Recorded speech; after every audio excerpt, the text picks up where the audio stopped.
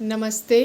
मैं आप सबका स्वागत करती हूँ self study with Kiran Yadav 82 के यूट्यूब चैनल पर।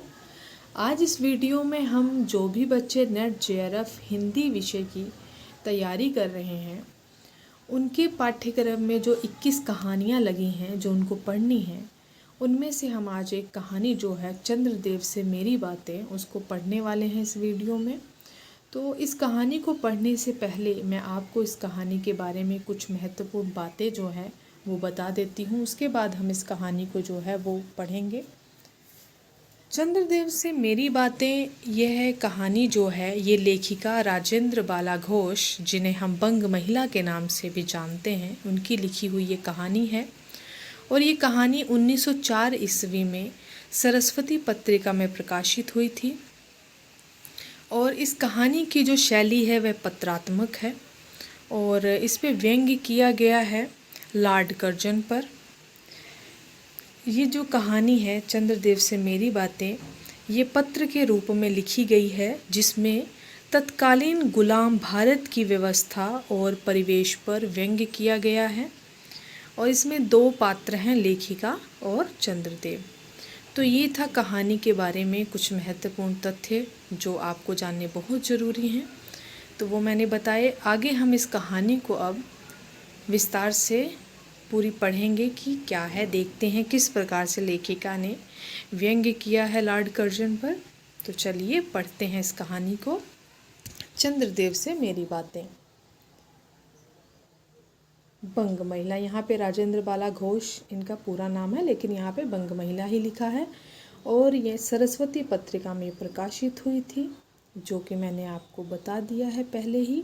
चलिए अब इसको हम पढ़ते हैं।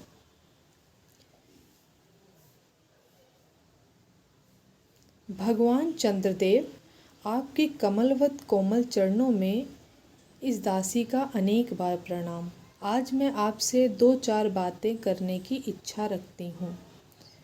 क्या मेरे प्रश्नों का उत्तर आप प्रदान करेंगे? कीजिए, बड़ी कृपा होगी। देखो, सुनी अनसुनी सी मत कर जाना, अपने बड़प्पन की ओर ध्यान देना। अच्छा कहती हूँ सुनो। यहाँ पे लेखिका चंद्रदेव को कह रही हैं।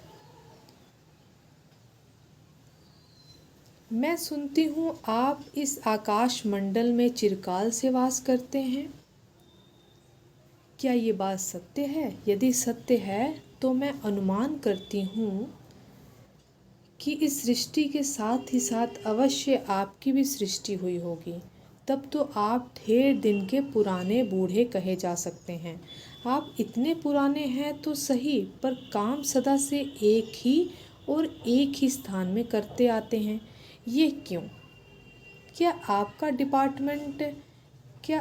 डिपार्टमेंट में ट्रांसफ़र होने का नियम नहीं है?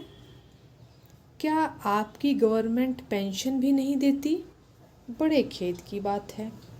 यदि आप हमारी न्यायशीला गवर्नमेंट के किसी विभाग में सर्विस करते होते तो अब तक आपकी बहुत कुछ पदोन्नति हो गई होती और ऐसी पोस्ट पर रहकर भारत के कितने ही सुरमय नगर, पर्वत और झाड़ियों में भ्रमण करते। अंत में इस वृद्ध अवस्था में पेंशन प्राप्त कर काशी ऐसे पुनीत और शांति धाम में बैठकर हरि नाम स्मरण करके अपना परलोक बनाते। ये बड़ी भारी भूल हुई भगवान चंद्रदेव। क्षमा कीजिए, क्षमा कीजिए, आप तो अमर हैं। आपको मृत्यु कहाँ, तब परलोक बनाना कैसा? ओहो, देवता भी अपनी जाति के कैसे पक्षपाती होते हैं। देखो न, चंद्रदेव को अमृत देकर उन्होंने अमर कर दिया। तब यदि मनुष्य होकर हमारे अंग्रेज अपने जाति वालों का पक्षपात करें तो आश्चर्य ही क्या है। अच्छा, यदि आपको अंग्रेज जाति की सेवा करना स्वीकार हो तो एक एप्लीकेशन हमारे आधुनिक भारत प्रभु लॉर्ड कर्जन के पास भेज देवें। आशा है कि वे आपको आदरपूर्वक अवश्य आह्वान करेंगे, क्योंकि आप अधम भारतवासियों के भांति कृष्णांग हैं तो हैं ही नहीं, जो आपको अच्छी नौकरी देने में उनकी गौरांग जाति कुपित हो उठेगी। और फिर आप तो एक सुयोग्य कार्यदक्ष, परिश्रमी, बहुदर्शी, कार्यकुशल और सरल स्वभाव महात्मा है। मैं विश्वास करती हूँ कि जब लॉर्ड कर्जन हमारे भारत के स्थायी भाग्य विधाता बनकर आवेंगे, तब आपको किसी कमीशन का मेंबर नहीं तो किसी मिशन में भर्ती करके वे अवश्य ही भेज देंगे, क्योंकि उनको कमीशन और मिशन दोनों ही अत्यंत प्रिय हैं। आपके चंद्रलोक में जो रीति और नीति सृष्टि के आदिकाल में प्रचलित थे, वे ही सब अब भी हैं। पर यहाँ तो इतना परिवर्तन हो गया है कि भूत और वर्तमान में आकाश पाताल का सा अंतर हो गया है। मैं अनुमान करती हूँ कि आपके नेत्रों की ज्योति भी कुछ अवश्य ही मंद पड़ गई होगी, क्योंकि आधुनिक भारत संतान लड़कपन से ही चश्मा धारण करने लगी है। इस कारण आप हमारे दीनहीन क्षीण प्रभ भारत को उतनी दूर से भली भांति ना देख सकते होंगे। अतएव आपसे सादर कहती हूँ कि एक बार कृपा कर भारत को देख तो जाइए।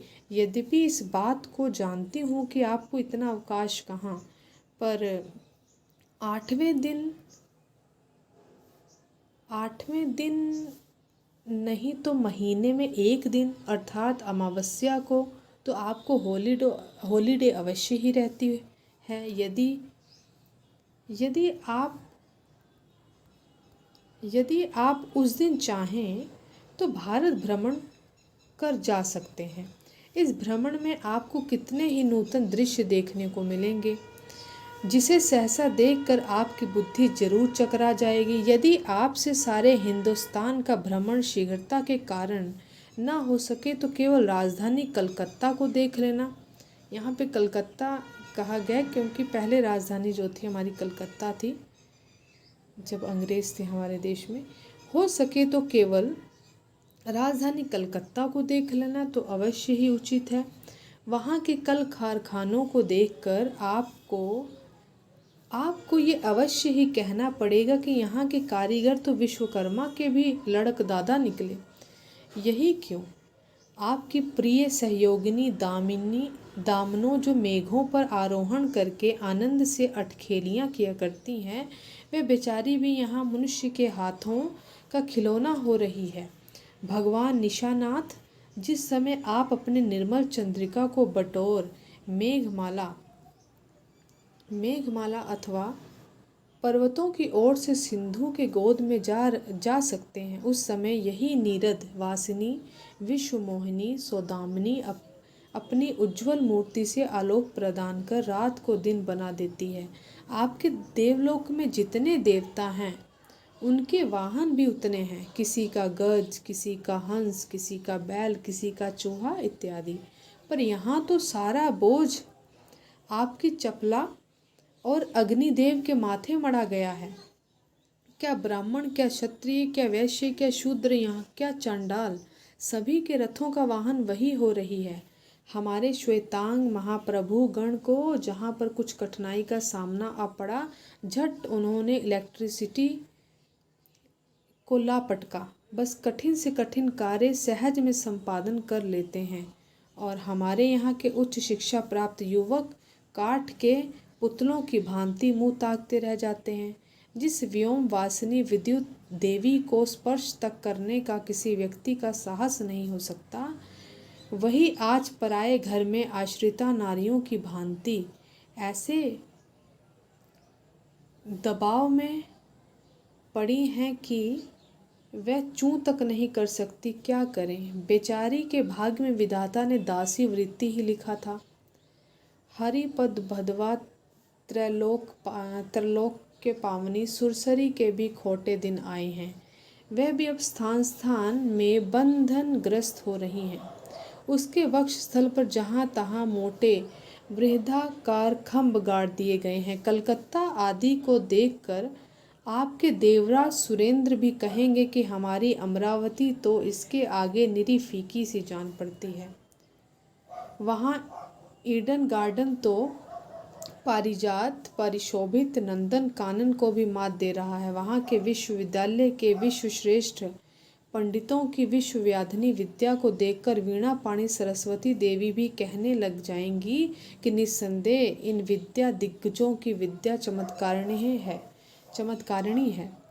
वहीं के फोर्ट विलियम के फौजी सामान को देखकर आपके देव सेनापति कार्तिकेय बाबू के भी छक्के छूट जाएंगे, क्योंकि देव सेनापति महाशय देखने में खास बंगाली बाबू से जचते हैं और उनका वाहन भी एक सुंदर मयूर है।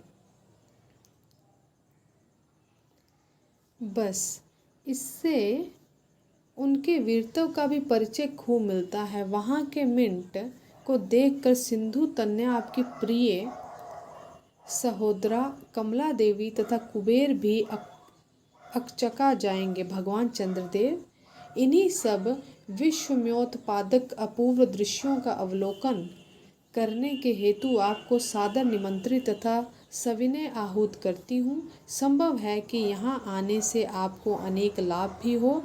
आप जो अनादिकाल से निज उज्ज्वल वपु में कलंक की कालिमा लेपन करके कलंकी शशांक शशधर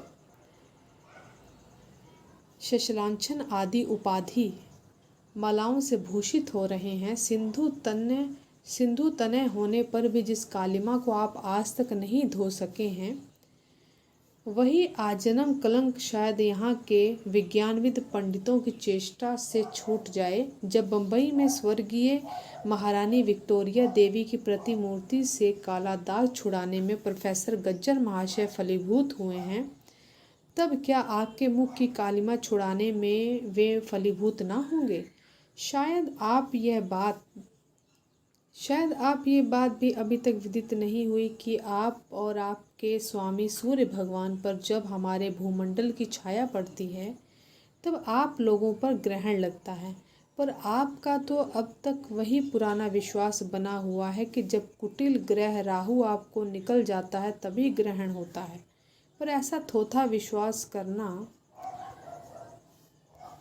आप लोगों की भारी भूल है। अतः हे देव, मैं विनय करती हूँ कि अब आप अपने हृदय से इस भ्रम को जड़ से उखाड़ कर फेंक दें। अब भारत में ना तो आपके और ना आपके स्वामी भुवन भास्कर सूर्य महाशय ही के वंशधरों का साम्राज्य है, और ना अब भारत की वह शस्य श्यामला स्वर्ण प्रसूता मूर्ति है। अब तो आप लोगों के अज्ञात एक अन्य द्वीपवासी परम शक्तिमान गौरांग महाप्रभु इस सुविशाल भारतवर्ष का राज्य वैभव भोग रहे हैं। अब तक मैंने जिन बातों का वर्णन आपसे स्थूल रूप में किया, वह सब इन्हीं विद्या विशारद गौरांग प्रभुओं के कृपा कटाक्ष का परिणाम है। यूँ तो यहाँ प्रतिवर्ष पदवी दान के समय कितने ही राज्य विहीन राजाओं की सृष्टि हुआ करती है, पर आपके वंशधरों में जो 2-4 राजा महाराजा नाम मात्र के हैं भी, वे काठ के पुतली की भांति हैं। जैसे उन्हें उनके रक्षक नचाते हैं, वैसे ही वे नाचते हैं। वे इतनी भी जानकारी नहीं रखते कि उनके राज्य में क्या हो रहा है, उनकी प्रजा दुखी है या सुखी।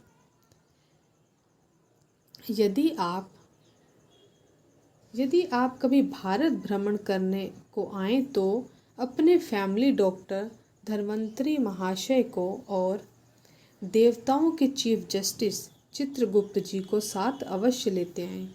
आशा है कि धन्वंतरी महाशय यहाँ के डॉक्टरों के सन्निकट चिकित्सा संबंधी बहुत कुछ शिक्षा लाभ कर सकेंगे। यदि प्लेग महाराज ईश्वर न करे आपके चंद्रलोक या देवलोक में घुस पड़े, तो वहाँ से उनको निकालना कुछ सहज बात न होगी।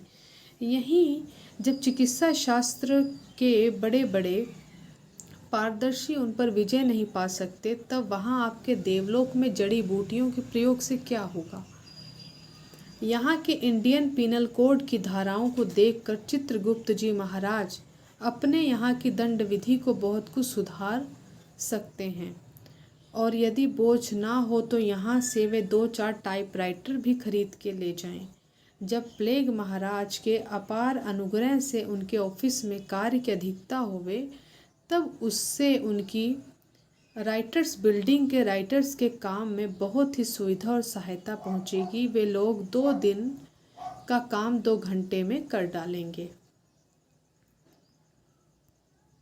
अच्छा, अब मैं आपसे विदा होती हूँ। मैंने तो आपसे इतनी बातें कही, पर खेद है आपने उनके अनुकूल या प्रतिकूल एक बात का भी उत्तर ना दिया। परंतु आपके इस मौना मौनावलंब को मैं स्वीकार का सूचक समझती हूँ। अच्छा, तो मैं प्रार्थना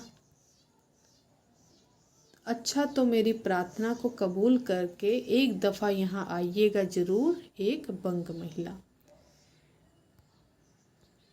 ये थी कहानी चंद्रदेव से मेरी बातें, जो कि बंग महिला लेखिका ने चंद्रदेव को एक पत्रात्मक शैली में जो है वो व्यंग्य किया है उस समय के परिवेश पर, व्यवस्था पर। ठीक है, ये थी कहानी चंद्रदेव से मेरी बातें। मिलते हैं अगली वीडियो में किसी और कहानी के साथ।